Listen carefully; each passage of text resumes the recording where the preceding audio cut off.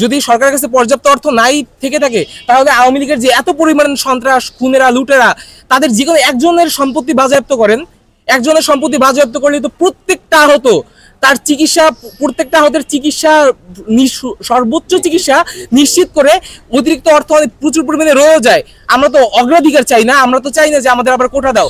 আমরা চাইছি যে সুস্থভাবে স্বাভাবিকভাবে তার জীবনে বাঁচতে পারবো না, অন্তত চেষ্টাটুকু করা হোক।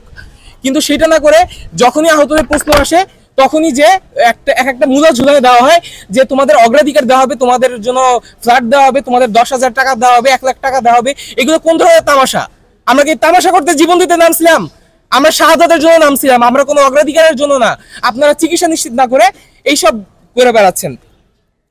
তারপরে যে আবার এইখানে কিন্তু আছে, হয়তোবা এই জন্য নাও করতে পারেন, কারণ তুহিন ফারাবি ভাই আছেন, তারপরে মোজাম্মেল ভাই আছেন, যারা শত কোটি টাকার মালিক হয়ে গেছেন, এবং স্বাস্থ্য ম্যাডামের পিও কিন্তু তুহিন ফারাবি, তিনি কিন্তু শত কোটি টাকা ইতিমধ্যে লোপাট করেছেন।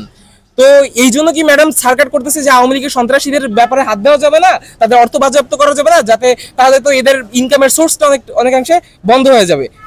আর অন্যদিকে মরে আমার ইমরান ভাই ময়মনসিংহের, যে 11টা মাস ধরে চিকিৎসার অভাবে ধুকতে এমনকি শেষমেশ সে যখন ইন্তেকাল করেছেন তখন তার নামটা পর্যন্ত এনলিস্ট করা হয়নি। চিকিৎসা তো অনেক দূরের কথা, চিকিৎসা দেওয়া অনেক দূরের কথা। 11টা মাস ধরে সেই বিছনায় কাতরাইছে, পরিপূর্ণ চিকিৎসা পায় নাই। তারপর বরিশালের খলিলুর ভাই যে কাজীপাড়ায় গুলিবিদ্ধ হন, তার পরিবার যখন দাবি করে যে আমার সন্তান বা আমার স্বামী, তার পরিবারের সদস্য যখন দাবি করে যে এদের চিকিৎসা নিশ্চিত করা, চিকিৎসার অভাবে মারা হয়েছে, তখন যা স্বাস্থ্য মন্ত্রণালয়ের কেউ মেউ শুরু হয়ে যায় যে না আমরা তো করছি, আমরা যেভাবে পারি ওই পরিবারকে সাপ্রেস করি। তারপরে হলো হাফিজ মোহাম্মদ হাসান ভাই, যার জানাজা এই কেন্দ্রীয় শহীদ মিনারে হয়েছে, তাকে মাসের পর মাস চট্টগ্রাম মেডিকেল কলেজে ফেলে রাখা হয়েছে।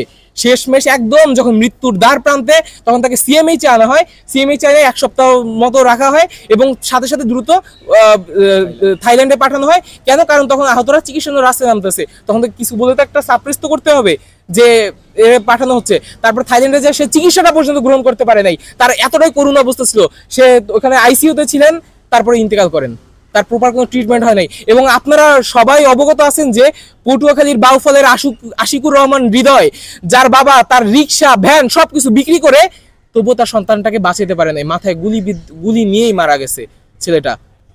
এই যদি হয় দেশের স্বাস্থ্য ব্যবস্থার অবস্থা, যার হাতে আমার এই ভাইয়েরা নিরাপদ না, তার হাতে কিভাবে ধরতে পারে আমার দেশের জনগণ নিরাপদ থাকতে পারে?